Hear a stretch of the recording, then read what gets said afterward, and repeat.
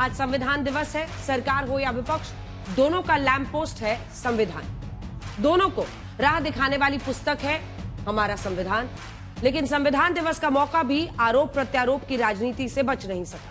कांग्रेस अध्यक्ष और राज्यसभा में नेता प्रतिपक्ष मल्लिकार्जुन खड़गे ने आरएसएस का नाम लेकर फिर से सरकार को घेरा। उन्होंने ये आरोप भी लगाया कि मनुस्मृति को मानने वाले आज मजबूरी में संविधान की बात कर रहे हैं। वैसे आज प्रधानमंत्री नरेंद्र मोदी ने देशवासियों के नाम चिट्ठी लिखकर संविधान के प्रति अपनी निष्ठा को सामने रखा है। लेकिन सवाल यह है कि संविधान के नाम पर लड़ाई क्यों छिड़ी है? क्या बीजेपी को लगातार मिल रही चुनावी जीत को विपक्ष पचा नहीं पा रहा है? क्या राम मंदिर की धर्म ध्वजारोहण जैसे जो कार्यक्रम है उनमें शामिल होने वाले प्रधानमंत्री मोदी ने बीते 11 वर्षों में भारत की राजनीति का डीएनए बदल दिया है? क्या वो लोकतंत्र के उस डीएनए की बात कर रहे हैं जो राममय है, इसीलिए वोट बैंक का हंगामा है? क्या है संविधान के नाम पर आर पार की इस लड़ाई के मायने? संविधान के नाम पर राजनीति काम पर हल्ला बोल में हम चर्चा करेंगे। पहले ये रिपोर्ट।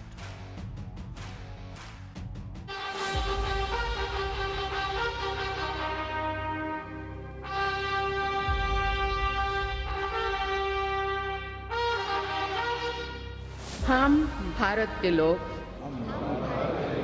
भारत को एक संपूर्ण प्रभुत्व संपन्न भारत का संविधान लोकतांत्रिक मूल्यों की साझा विरासत है और अवसर संविधान दिवस के मुख्य कार्यक्रम में कुछ यूं ही दृश्य उपस्थित हुआ और अखंडता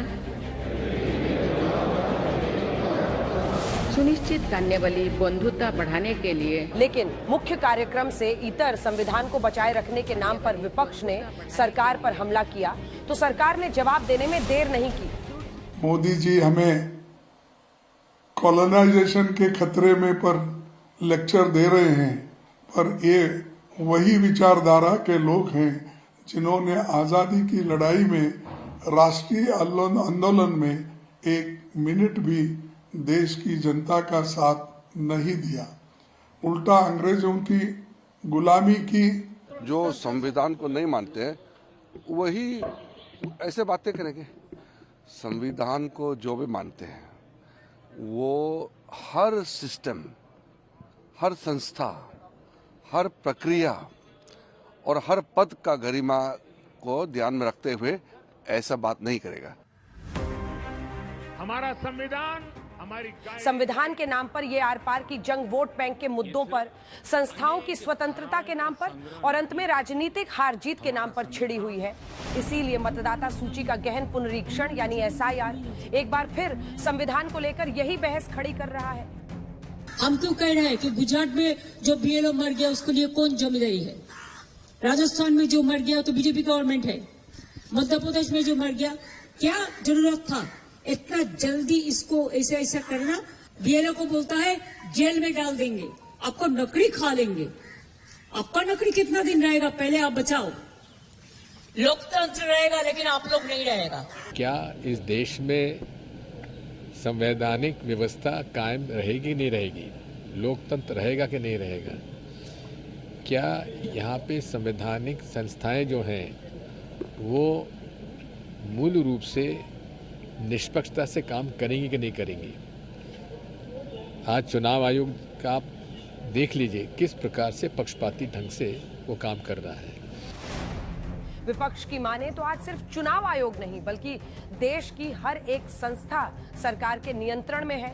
लेकिन इस आरोप प्रत्यारोप के बीच प्रधानमंत्री नरेंद्र मोदी ने संविधान दिवस पर देशवासियों के नाम पर चिट्ठी लिखी है।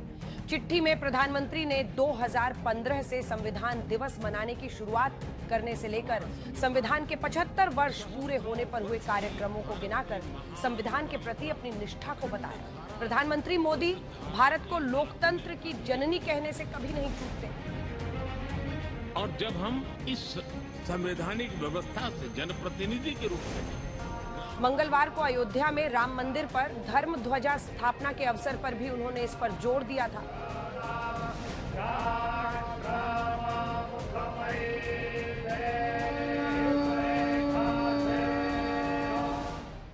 गुलामी की यही मानसिकता है जिसने लगातार यह स्थापित किया।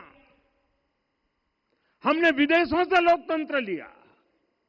कहा गया कि हमारा संविधान भी विदेश से प्रेरित है, जबकि सच ये है कि भारत लोकतंत्र की जननी है।